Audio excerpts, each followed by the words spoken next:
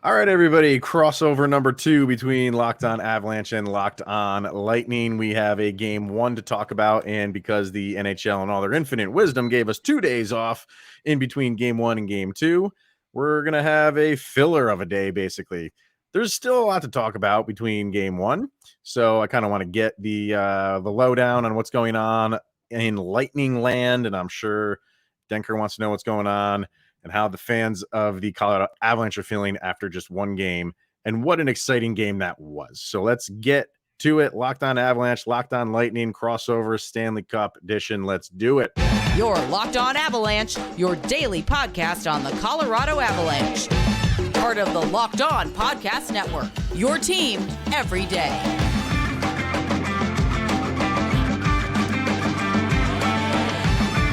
By the way, we're running the Avalanche intro because they won game 1, and I feel like that's what we're kind of going to do here, Denker. Like whoever has the last laugh, so to speak, is going to have the intro. So for I guess for all these crossovers, you're getting 4 Avalanche intros. That's how it's going to be. Let's pump the brakes later, Kenny. Let's settle down. So thank you, everybody, for joining this second edition of Locked On Avalanche and Locked On Lightning crossover Stanley Cup edition. I am Chris Maselli, and he is Shaggy Von Doom, Kyle Sullivan. We are with Locked On Avalanche, and of course, mixtape Adam Denker with Locked On Lightning. Thank you for making this your first listen of the day. That's always appreciated. So we got a game 1 to still talk about and a game 2 to look forward to. We'll talk about 1 first and 2 later. But we'll start with you, Adam, and how Tampa Bay Lightning fans are taking the game 1 loss. If I can guess, there's zero panic because of what they've accomplished over the past couple of years. But is there any concern over just the way the game was played? Not that the series is out of hand. Clearly it's not. But is there any concern about, how the Avalanche handled a lot of that game? Lightning, give them credit for coming back. But is this in Lightning world? What are they saying after game 1 anyway? It wasn't really that all too surprising how the game kind of started. We figured, and we even said it on the preview crossover, that the Lightning were going to come out flying and aggressive, and you guys did exactly what we thought you were going to do. And I even spoke about it on a side episode that really it really what the key for the Lightning was that they had to just weather the storm, get through that first period. And they did that after they got that goal back, which it's good to see that, they didn't kind of roll over early on. We've seen that certain times, not really so much in the playoffs, but we've seen it a few times during the regular season. But and we've spoken about before we hit the record button, if, we don't want to play the if game here, but, if Vasilevsky is able to save a couple of those first goals, we're sitting here talking potentially about a 3-1 Lightning win. But I have to say, all things considered, because it could have been a lot worse, we both know, on your side of things, your team's ability to put the game away relatively quickly. I mean, if the Lightning weren't as talented and just being able to just weather the storm and be able to handle the moment, we could have gone into the first intermission with a 4-0, even potentially 5-0 lead. 5-0 deficit lead for you guys. I was shaking my head, saying like 5-0 Lightning after one. No. All right, but yeah, I think the Lightning played pretty well for the rest of the game. What was your expectations, or actually, I guess after the first 2 goals, what did you guys think that, just by what you saw from my guys, did you think that, okay, if we get a couple more, this game's over? Did you see a comeback coming at any point?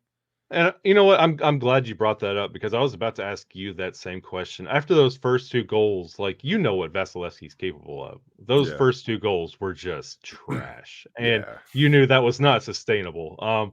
And I was saying in our Locked On Avalanche Twitter space, like, we have to really continue to build here, because we got lucky with those first 2. Like, it's not going to happen like that again, and you have to keep building on that. So the amount of goals we got after that was sustainable and good enough, but you can't expect that same opportunity in game 2, because you saw how Vasilevsky just like stood up and said, well, okay, that's enough Yeah. through the rest of the game. And like the overtime, we really had to get creative with that shot that Burakovsky hit. But what do you think about that? Those first 2 goals, like, was there any kind of like panic, like, oh no, this is Stanley Cup Vasilevsky we're going to have to be relying on? Is this like a little bit of a worry? Like, because they were bad. They were really bad. I was texting back and forth with someone during this, and I said to them during the game, this is very reminiscent of game 1 against the Rangers. Very slow start. And I don't know if I mentioned it to you guys last time we all spoke, but Vasilevsky is a goaltender that thrives on, the more you shoot on him, the better he's going to get, which is why you got to jump on him early. And you guys did exactly that. And I said it to myself and the person I was going back and forth with, I said, if we could get one back here, regardless of how many the Avalanche score in this period, I think we're going to be in good shape going into the second. I thought that if the Lightning went into the intermission without scoring a goal, I would have been concerned. But I think a lot of Lightning fans, just given what this team has done over the last couple of years, and you never want to rest on the mantra of, well, we've won 2 cups, so we could do anything, you still got to go out there, you still got to play the games, and that even goes for the rest of the series.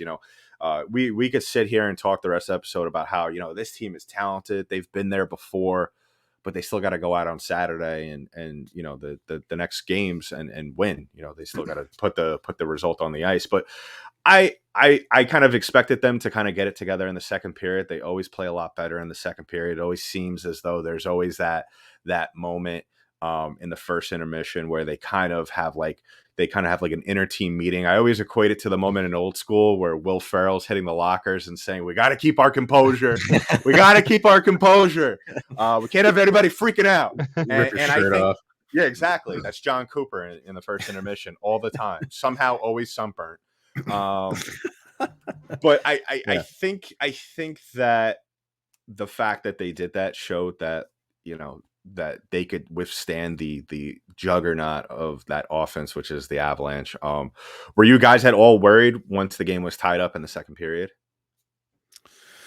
I mean, yeah, there's some concern. Yeah, this is not just a regular season game. This is a Stanley Cup final against the 2-time defending champions. So, and like you said, that doesn't mean that this is just going to get handed to them. Right. And that's not to say like the Lightning just has to go through the motions and they're going to win a Stanley Cup or anything like that.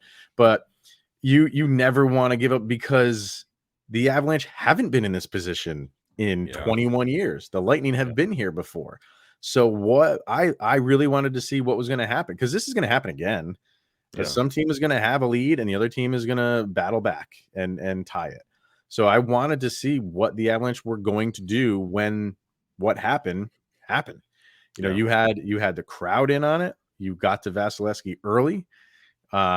You gave up the lead. All right, now what's going to happen? Do you have are you going to play just, gripping the sticks in the sawdust? Or are you just going to say, okay, we gave up the lead, but look at the bigger picture. Look at how we've been playing. Let's get back to that as best we can and just get another goal. And I give them credit for sticking to their game, but not giving up the lead. And that third period, we went from like goals left and right to a couple goals and then like nothing in the third, right? No goals in the third. So you had 4 in the first total, then 2, then none. Yeah. So I don't know what that says. Does that say for both teams are making adjustments and they're playing a better system? Things are calming down. I don't know what that speaks to, but I don't know what carries over into game 2 either. Is game 2 going to be a lower scoring game? Because look at what the scoring was. It just went down in one game. So I know I feel like I'm happy with the outcome clearly, but I'm more happy with the Avalanche, how they responded to the Lightning tying this thing up at the snap of a finger. So they just didn't give it up completely and completely tank and then have the Lightning get another one and then an empty netter. And then it's, the final score is like 5-3 or something like that. Yeah. So, yeah. And like, I kind of there was a little bit of concern when it came to them tying it up because everything in the cards was just a perfect situation for the Avalanche. Like, thanks for taking care of Florida, by the way. We have home ice advantage. Yes, Yeah. appreciate that. So You're welcome. game one, you have home ice advantage, and you're getting the opportunity to play Tampa Bay before they can make adjustments to you in game two. Yeah. So a lot of things were in Colorado's favor for building on it in this series. Mm-hmm. And when Tampa tied it up, you're like, oh, please don't drop one here. Like, this is going to put us at a disadvantage for the rest of the series. So when Colorado was able to win it in overtime, it was kind of like a breath of fresh air. Like, okay, we could really build on this and see where it goes, because as much effort as Colorado is putting into game two, Tampa is doing the exact same thing, and they know exactly what they need to do in game two. And it's why I expect it to be a lot tighter. Like that third period, I expect 3 periods of the third period in game two. Yeah, and that's what I was actually surprised when Tampa rattled off those 2 quick goals, because I felt like we were at that point. Tampa wasn't they weren't doing a lot to really put themselves on the advantage, and Colorado wasn't doing a lot to get, they weren't giving too much away. You kind of saw kind of what the first couple of minutes of the first period were really supposed to be. And then they rattle off 2 quick goals. And I was saying to myself that just because, I've seen this team play all year, like, we need to win this game in regulation, because if this goes to overtime, it's just because Tampa, like I said, they're such a momentum fueled team, and going into that third period where it was such a low calorie kind of like period that I kind of figured, I don't know how you guys felt going into the third, but I kind of felt there was going to be some like weird goals at the end. Like, we were going to see maybe Tampa and Colorado exchange a couple of goals at the end where, one, there's play along the board and one squirts out right in the slot, and McKinnon's all by himself. That was the one thing I was worried about the entire time, was McKinnon having like his game one Stanley Cup moments. He was close. He was close. I mean, the Avs threw a number of shots just right in the chest of Vasilevsky towards the end. Like, they weren't testing him. You always hear that hashtag high blocker side. They weren't doing that, and I was really surprised at McKinnon. I mean, he was just time and space galore, and threw it right into the logo. Well, we could talk about it in the next segment if you want, but I think I know the reasoning for that. So, because he wears magnets or something, and totally, because he we wanted just to don't divert like that logo. He wanted to divert attention from Darcy Kemper not wearing socks. So that was the reasoning why. Is that what it is? Okay.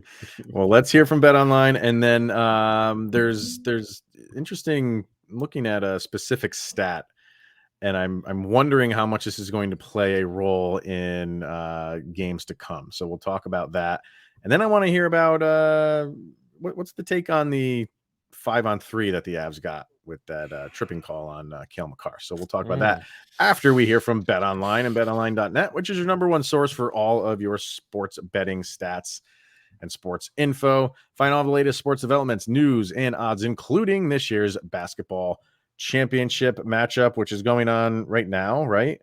Right now. I mean, we don't care about. I mean, Kyle and I don't really care about it. Do you care about it, Kyle or Adam?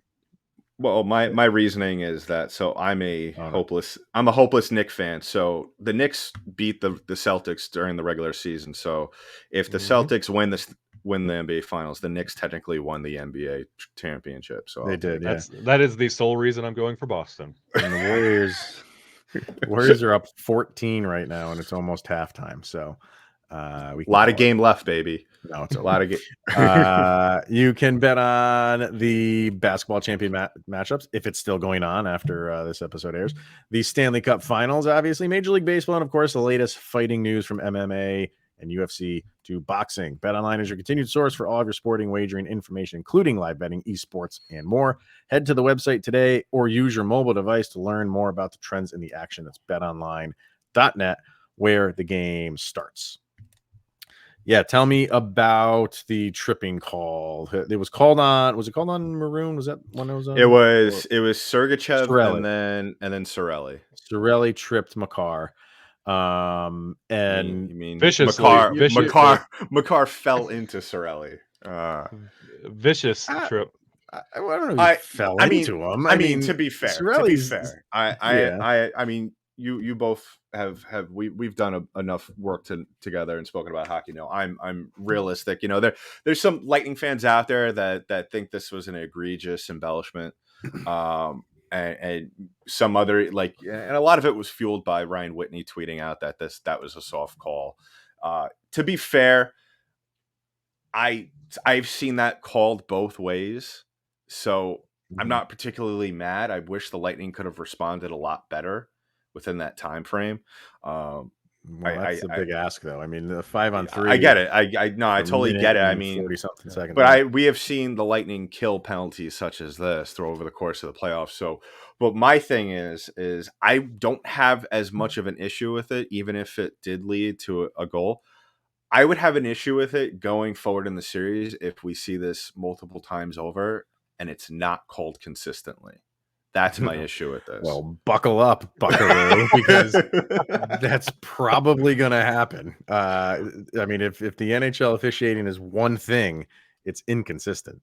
Yeah. So you probably will see this again, and it probably will not be called, or something to the effect of that. But I don't know. And my other qualm about it is that it goes back to how the Lightning reacted. I mean, even. You know, and even like the fan base and my listeners, and what I'll say to them, and I'll say just to anybody, you know, you can't look at this game and let one call define the outcome of this game. It was one, you know, it wasn't like the closing seconds of the game and you guys won the game because of this. This was the first period. You know, speaking of the closing seconds, real quick, and then Kyle, you could go. Sorry for cutting you off, but. That delay of game call at the end, I don't know what Pat Maroon is doing on the ice at that point in time anyway, and just I've never seen that bad of a effort to try and clear the puck. It looked like he was shooting it into the second deck of the arena.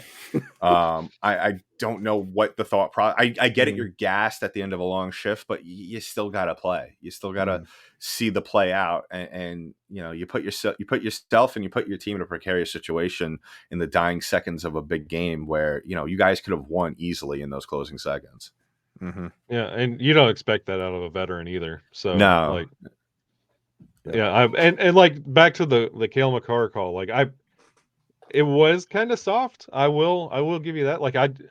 I get it. I understand the frustrations with it, but I completely agree with you. Like you cannot let games like this, especially if you look at the game as a whole. Like you can't say like one single call affected the game one way or another because at the end of 3, it was technically 0-0.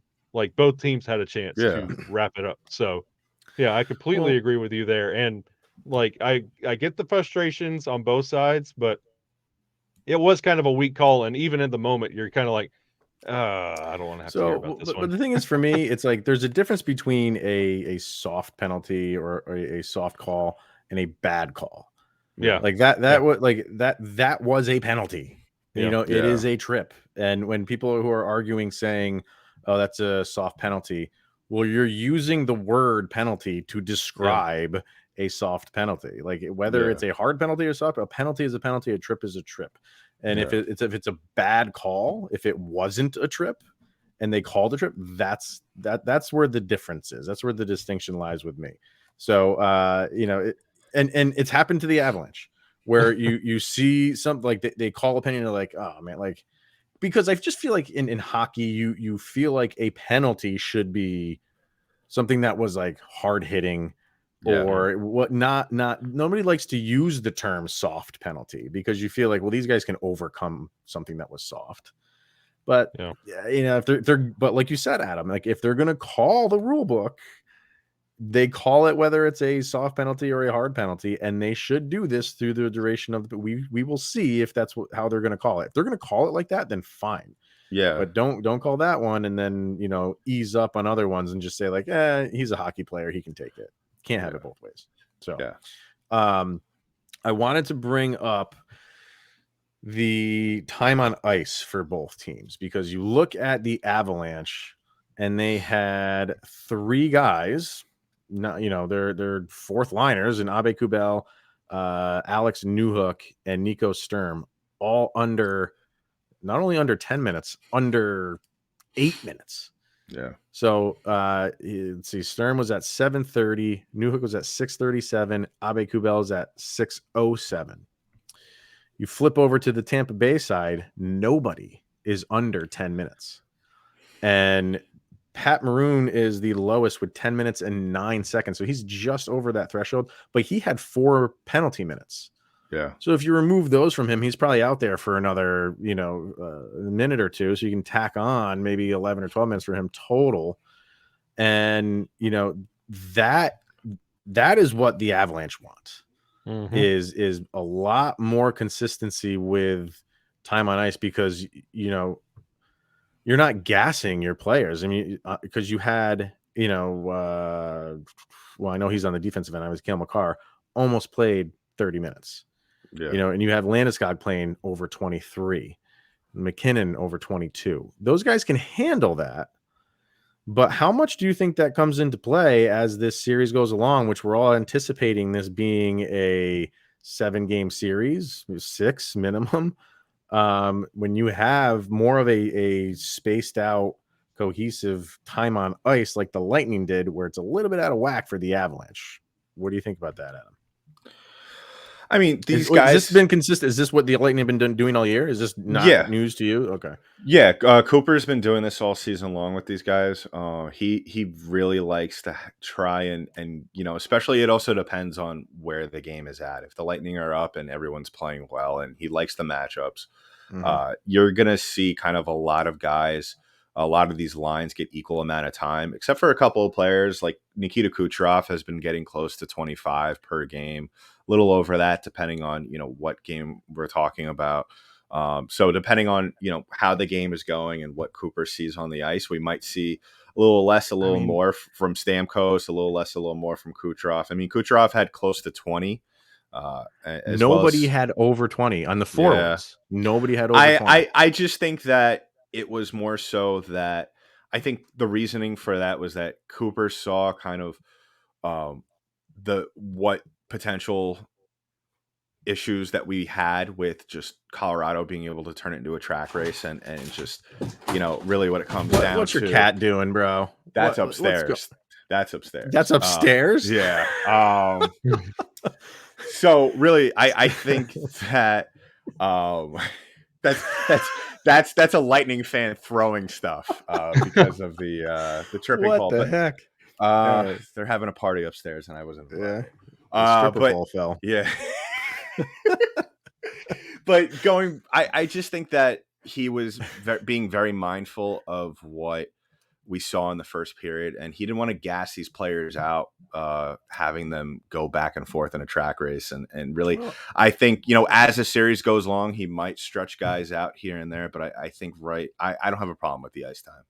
I think real quick, Kyle, I think some of it might have to be with the Avalanche having last change too. Like if they're going to take advantage of an icing, obviously, and I know that's not last change, but they'll throw guys out there to kind of get better matchups. So it might be a little bit skewed for the Avs with their top line being a little bit higher because of that. But still, that's impressive to be in that game as much as they were, and nobody's even over 18 minutes. Nobody's touching 19 minutes. I'm impressed. What do you think, Kyle? Go ahead. And close your ears, Adam. You don't need to hear this. This is really like to the Avs side of things, but that's concerning. Like the name you had in the middle of that fourth line rotation, that's Alex Newhook. We don't have Cogliano. We don't have Kadri. You have Sturm taking faceoffs at a 17.6%. Like, which is funny. Yeah. Like, how do you do that, for one? And two, what are you doing, Newhook? Like, you've got to step it up. You had a single hit in Game 1 of Stanley Cup Finals. That's it. Like, we need you to step up. Like, that's concerning. And if the Lightning are going to continue to be this like effective and clinical and corporate when it comes to how they roll out their lines, we need the third and fourth line to tighten it up a little bit, especially Alex Newhook. Yeah. I was surprised Bednar didn't play the fourth line a lot more. Just considering how, going back to my point, how much Cooper likes to spread out the ice time for all four lines. And the question I kind of wanted to throw out to you guys, I'm glad you brought it up, Kyle. How concerned are you about the lopsided amount of faceoffs won in this game? There was only one Lightning player below 50% in the faceoff circle. Are you taking a lot of stock in that, or is that because it depends on the series? The Lightning weren't particularly good in the conference finals against the Rangers in the faceoff circle, and it affected them early on. But we both know teams find a way around that. Is that something that's concerning for you though, in terms of your performance in the faceoff circle? It's business as usual, baby. Yes. Yeah. This is something we've been dealing with for quite some time now. Yeah, and same. when you have your best face-off guy in Kadri out, that's not going to help. And even if he does come back, I mean, how effective do you really think he's going to be on face-offs? What I mean? Right. When his injury is a thumb, and if he does come back, whenever he does come back, he's not going to be 100%. How many faceoffs is he actually going to take? I don't know. And it's almost to the point that the Avalanche have taken on this style of anticipating losing faceoffs and playing the game, anticipating losing it that way, and they already know that they are at the disadvantage. And how are we going to get this puck back? Because we're not getting it off the drop. It's annoying. It's really, really annoying because and I know people are kind of indifferent on face-offs. There's some people that are like, they don't matter. There's other people like, well, situationally, they maybe do matter. You know what I mean? Don't tell me you don't want to win a face-off at the start of a power play in your zone. Don't tell me that you don't want that face-off. Yeah. And the Avs just struggle to win those. So I don't know. It's going to be an issue for the duration of the series. I can guarantee you that. All right, let's wrap this thing up by looking ahead on Saturday. What do the Avalanche need to do to take a 2-0 lead? What do the Lightning need to do to split this series in Denver? We'll start with Adam, and what's kind of the consensus of? Is there any major changes that the Lightning need to do, or do they just need to be that road team that doesn't let the home team go off in the first 10 minutes? I think you hit the nail right on the head there. Really what it comes down to, and I have been preaching this all season long. It really what the Lightning need to do, especially in games like this, when you have a team that comes out with a ton of energy as Colorado, you got to win the first 10. If you win the first 10, then you set yourself up for pretty much what we saw out of Tampa in the second and the third periods. I'm not concerned at all. Obviously it's only one game, even though there are some people on social media yelling Avalanche in 2, which clearly. But I think the cup just got to Denver today. Yeah, so that's why we brought you on. You brought us the cup. Thank you very much. I think it works like soccer rules. You have aggregate. But you guys are still in it. You got an overtime loss point too. So shout out to Locked On Wild host Seth Tuple for putting that on Twitter. That at least both teams came out of that game with a point. So that's a good start to the series. So, but I think that the Lightning played very well considering they were down pretty bad early on. I'm not gonna look at some of the things like those penalties and think, only if that didn't happen. No, the Lightning came back and tied the game, like we said. So clearly they showed a lot of fight. They showed that they could adjust on the fly. I think really what it comes down to is just do more of what you did in the later stages of the first game. I think you really need to take better care of the puck, which they did for the most part. There were some instances early on where they were just absolutely terrible. But I think they did a good job of cleaning it up as the game progressed. I think really the key is, and I'm sure you guys could agree with me, is they got to help out Vasilevsky early on, allow him to get settled in. And if they could do that, they're going to set themselves up pretty well for the rest of the game. Just from an outsider's perspective, I want to get from you guys. What do you think? How does Tampa get the one up on you guys, on your team? They have to Hmm. come out with a little bit more energy. Like, Tampa does, yeah. yes, like you were hyping up this matchup like the big bad Lightning. Here they come, back-to-back champions. And then after those first two goals, you're just Yeah. like, this is it. Yeah. And you're kind of like, okay, come on. Like you expected more out of Tampa coming right out of the gate, especially like trying to assert like, well, hey, you have to respect us if you're going to play us. And we really didn't get that. So you expect that out of game 2. Yeah. It's interesting what you said earlier, Adam, is Vasilevsky didn't obviously start great, but he got stronger as the game goes on. And that, that's not new to him. The more shots he sees, the more he, gets comfortable. But the Avalanche game is predicated on throwing a ton of shots your way. Yeah. So which one's going to break? It's like a catch-22. Is the Avs going to break through, or are they just making Vasilevsky stronger by throwing 40 shots on net?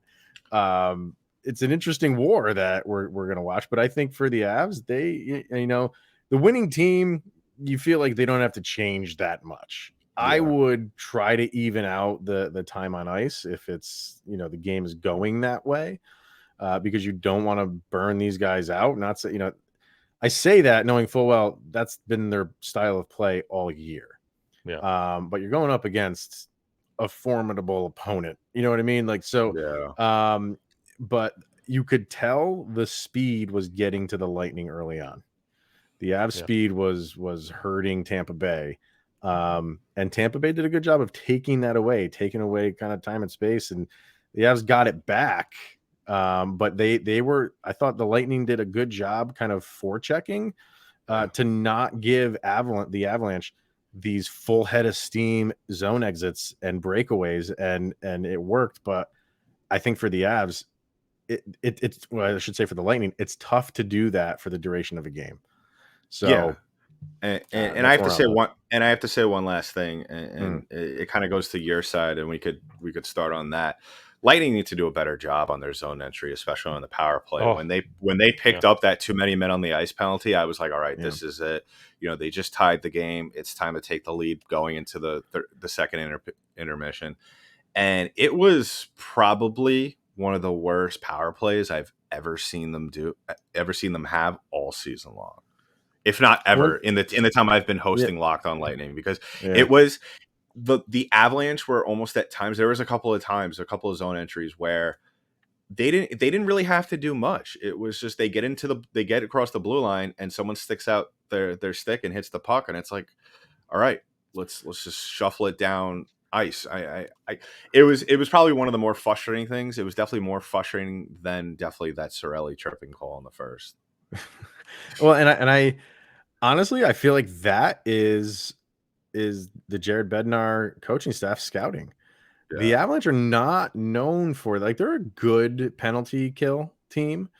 They generally let you just come into the zone. They don't really clog up the neutral zone all that often. And I can't remember the last time we were doing that. I know, and they were doing that against Tampa Bay. So, and the announcers seemed like they were surprised too as well. I think that's just ESPN. That's just ESPN just shocked that they're calling in a hockey game. Yeah, so I don't know, man. I'm looking forward to this one. We might get another overtime game. Wouldn't surprise me in the least. So give me a prediction. Well, go ahead. You guys. Well, what about you guys, real quick? What is the keys for the Avalanche in game 2? Does the strategy change? Do you maybe do a little bit more of the track race and see how much Tampa could keep up with it? Or that's where I go. I mean, that's the Avs game. That's not getting outside. I think you have to keep that speed track meet style of game going. And we didn't even really talk about it. Kyle and I did yesterday, but this was a more of a physical game than I really thought it would be. Yeah. So I think you're going to get more of that from Tampa Bay, the team that, they don't want to lose 2 in a row. So they might, even though they were physical in the right way. I was very happy with how both these teams played in the physicality department. I think you might even see a step up from Tampa Bay to kind of like maybe impose their will in the physical department. So the Avs have to be prepared for that and combat that. And yes, definitely keep the speed up, because that was causing problems for Tampa Bay early on, and get that crowd going too. Obviously, that always helps. What do you got, Kyle? Yeah, I definitely like to piggyback off your point, Chris. Like Bednar needs to trust the team a little bit more. We've seen how this team can react and match up with Tampa Bay. Like you're talking about, kind of having those minutes that Tampa Bay rolls with. That first goal that bounced off EJ was on a bad change because Bednar was in the process of trying to short shift like those other lines, and we get burned on our changes. We need to trust the team, let lines 3 and 4 get out there, get to work. We need to just let them go a little bit and quit being like relying so heavily on that top line, because you could feel it with, like we talk about, don't take your foot off the gas. They're feathering the pedal and you feel it. So you gotta just keep it going. Keep it going. All right. All right. Well, Adam's got a party to get to, so let's wrap this bad boy up. Just before something falls through the ceiling. Yeah, I'm just gonna see legs dangling on Kyle's or on Adam's camera. All right, but let's get a prediction real quick. Let's go around, and then what do we think? Game 2, Adam, what's it gonna be? I liked where you're headed in terms of low scoring before, so I'm gonna say 2-1 Tampa. Tampa bounces back. In regulation, or is this OT? 15 overtimes. No, I'm joking. In regulation, yes. All right, what do you got, Kyle? Yeah, I was thinking the exact same thing, but flipped 2-1 Avs, and we're probably going to get that game winner with about 7 minutes to go in the third. It's going to be a weird goal. It's going to like go off of someone's face or something. Yeah, it's going to be like a Plinko goal.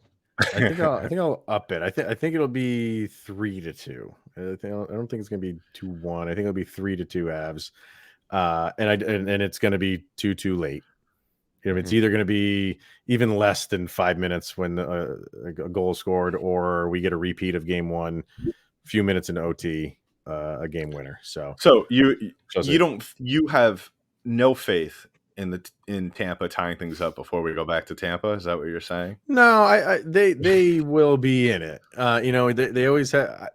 Avs are tough to beat at home, man. They have a very good home record, and I take that into account too.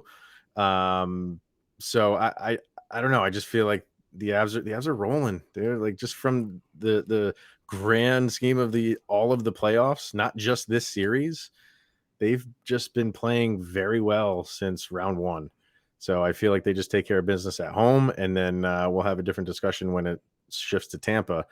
But maybe not really, because the Avs haven't lost on the road yet in these playoffs. So, and the nerves are gone. Like, we can't say we've never been in the Stanley Cup. We don't know what it's going to feel like. We understand now. Yeah, like that. So.